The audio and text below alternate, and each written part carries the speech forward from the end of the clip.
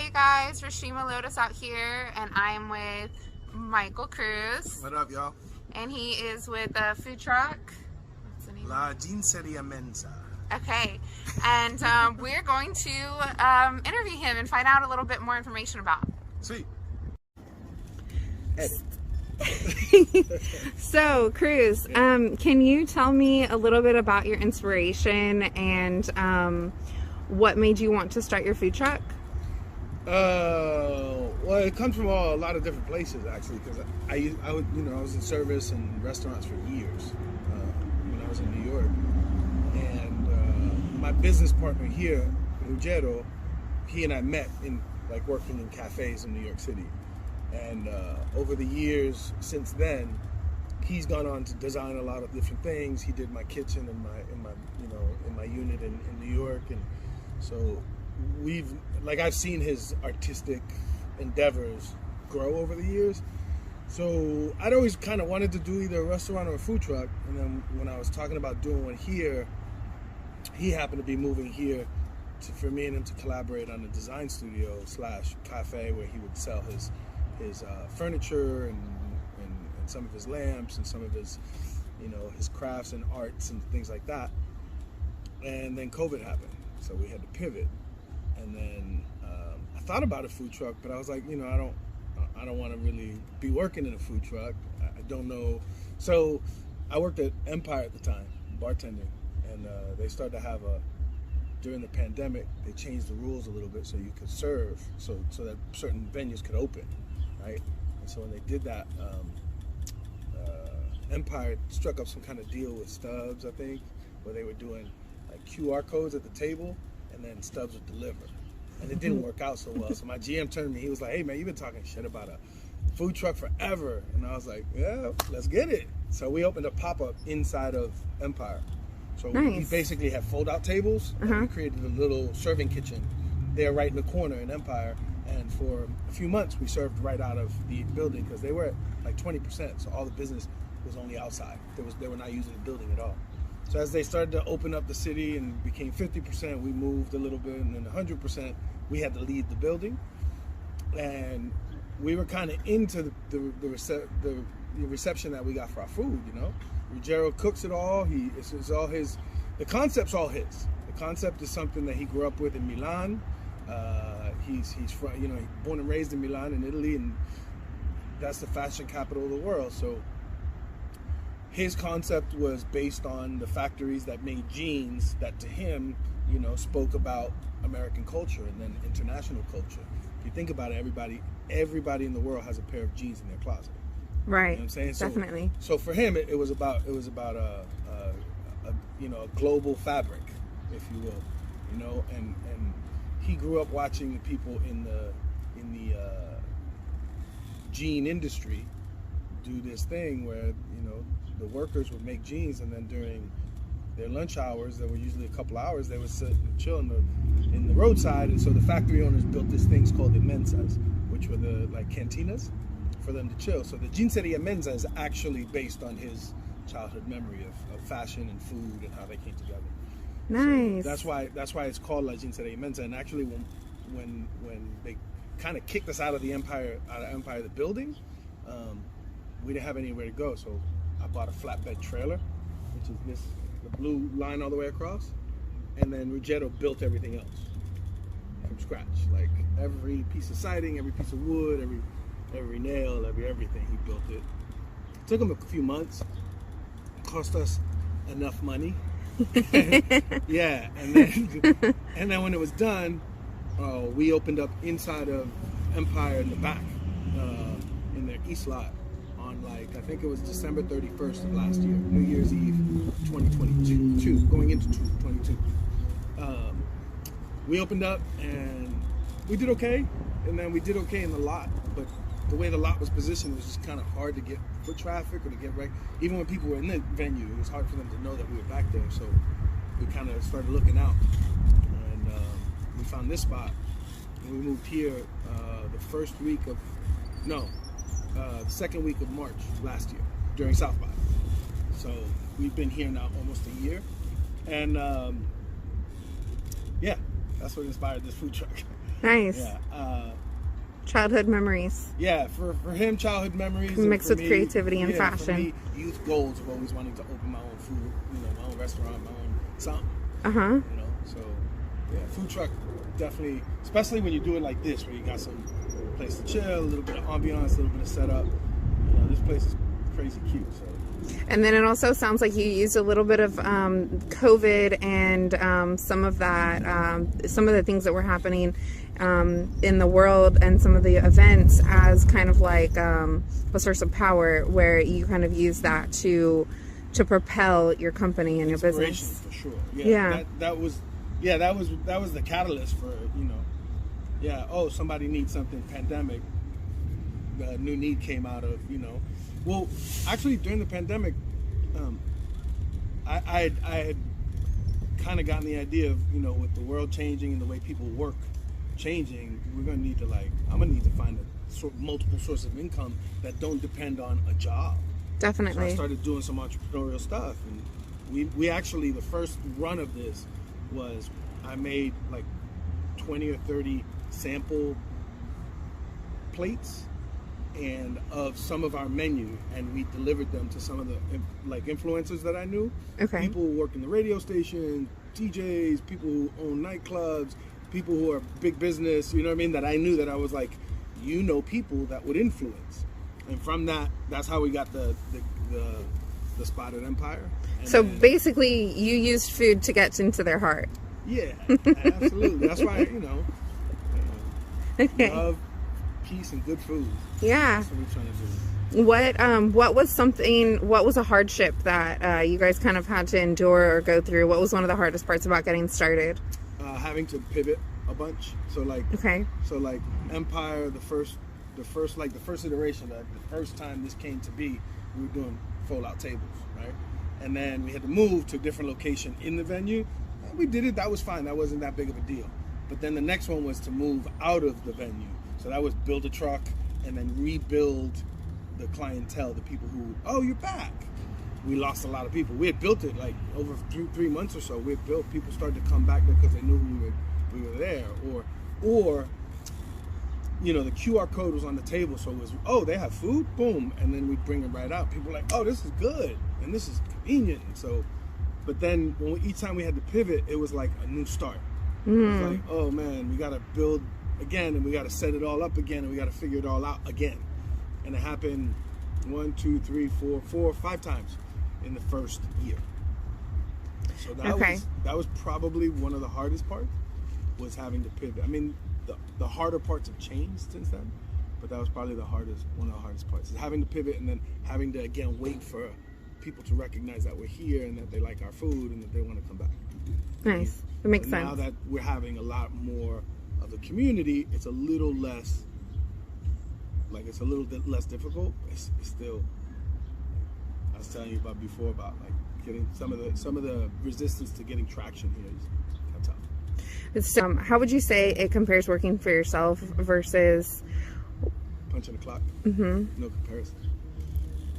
You're happier to work for yourself. Yeah, I mean, but that's in me. I'm a hustler. I'm gonna find some source of income. You know what I mean? Whether I'm driving, delivering, doing whatever I'm doing.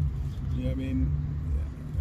This is where I want my bread and butter to be, so that honestly, I don't want to make my living off of having this food truck or the other food trucks or any other food trucks.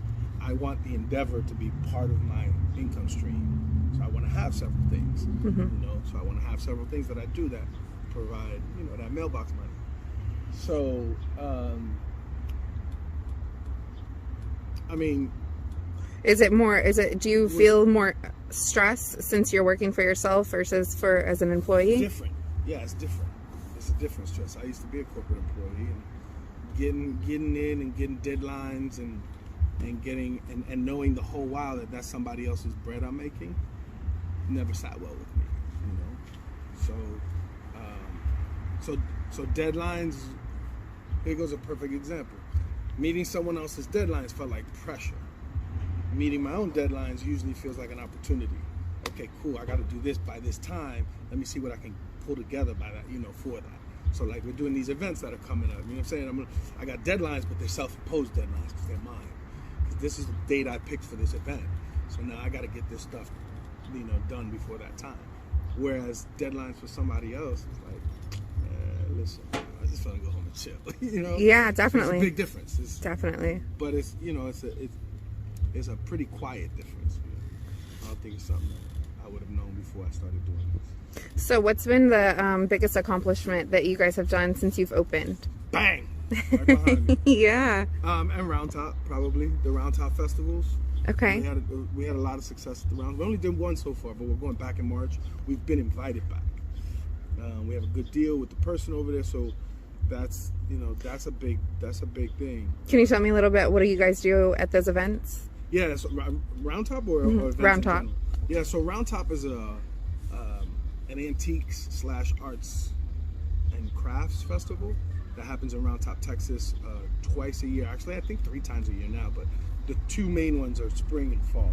The other one's like a winter one's really a lot smaller, but I heard it was pretty busy this year. But it's a miles-long festival. It's a whole town. It stretches for I think like 9 miles, and you have each little area. You have different kinds of setups where everything from a little flea market type stuff that's just people found it or refurbished or something to really incredibly crafted furniture, $14,000-$15,000 pieces. So everything from the bottom to the top. And it's just a festival where people shop, and it goes on for 2 weeks, like a week and a half, and people come and they buy stuff. Merchants come from all over the country and definitely all over the world to buy and sell. This little town's transformed into this huge market for 2 weeks or whatever. And we go out there and we post up because when people shop, they get hungry. And we post up on the side of the road, and the whole, as you're driving into this town, is one road in and one road out, and there's just vendors all along the road, all for miles. And so we're one of those. We're in a little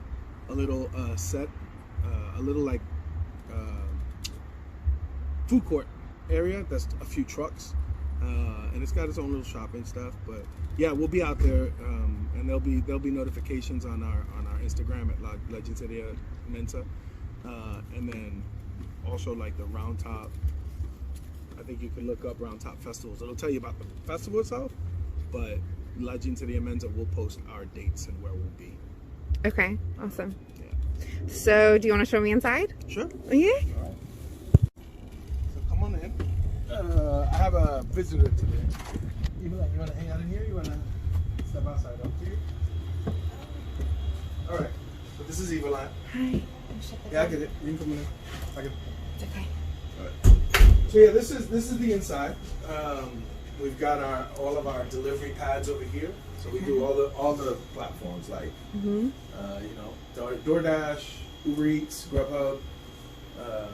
You guys got a lot going on over Yeah, here. that's probably 1 or 2. That's our Square tablet. That's our POS. Okay.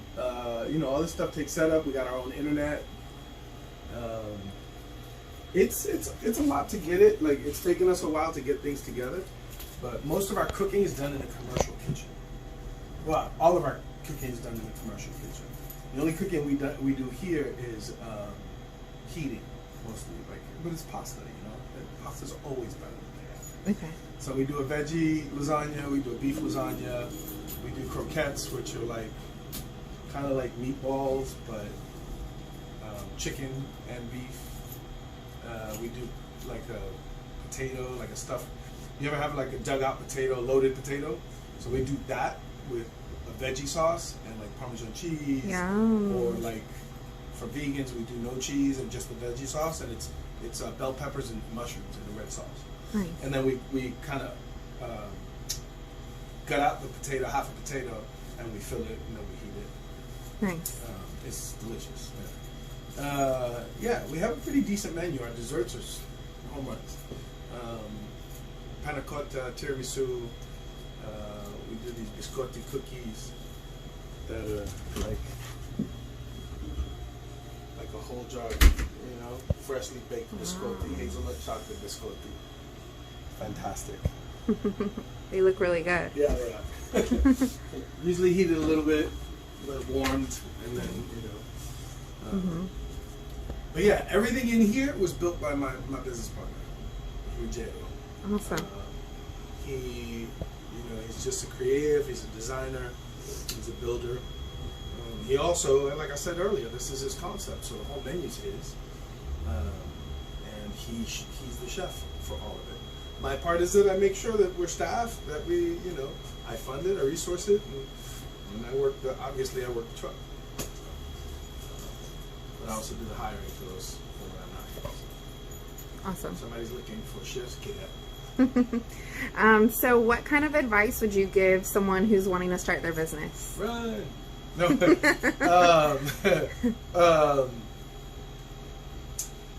I think if I was giving anybody advice about starting a business, it would be you'll save a lot of money if you do proper research. Like, just find out what you need to find out. Ask people, talk to people who are doing it, like what you're doing right now. Like the city of Austin, the licensing and permitting office.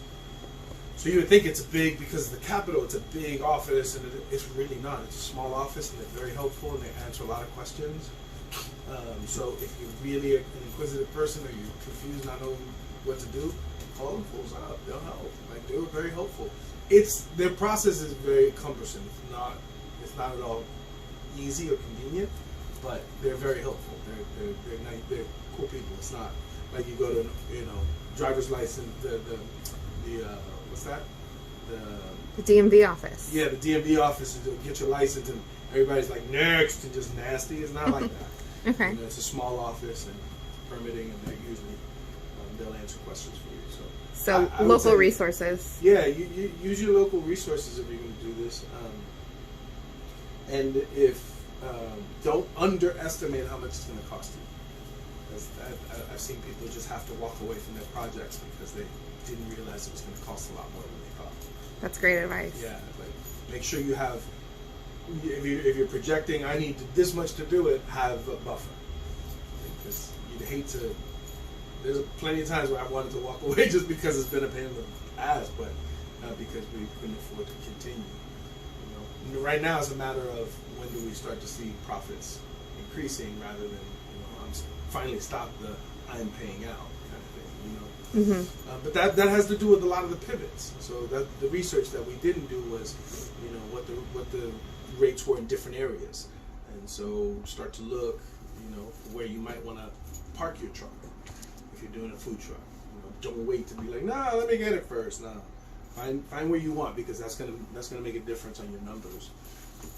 We went to one area, they were asking $300, $400, $500 a month. Go to another area, they're asking $1,800 a month. What?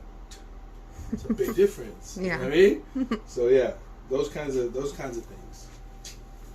Awesome. Awesome. Well, thank you so much. Yeah, for sure. Cheers.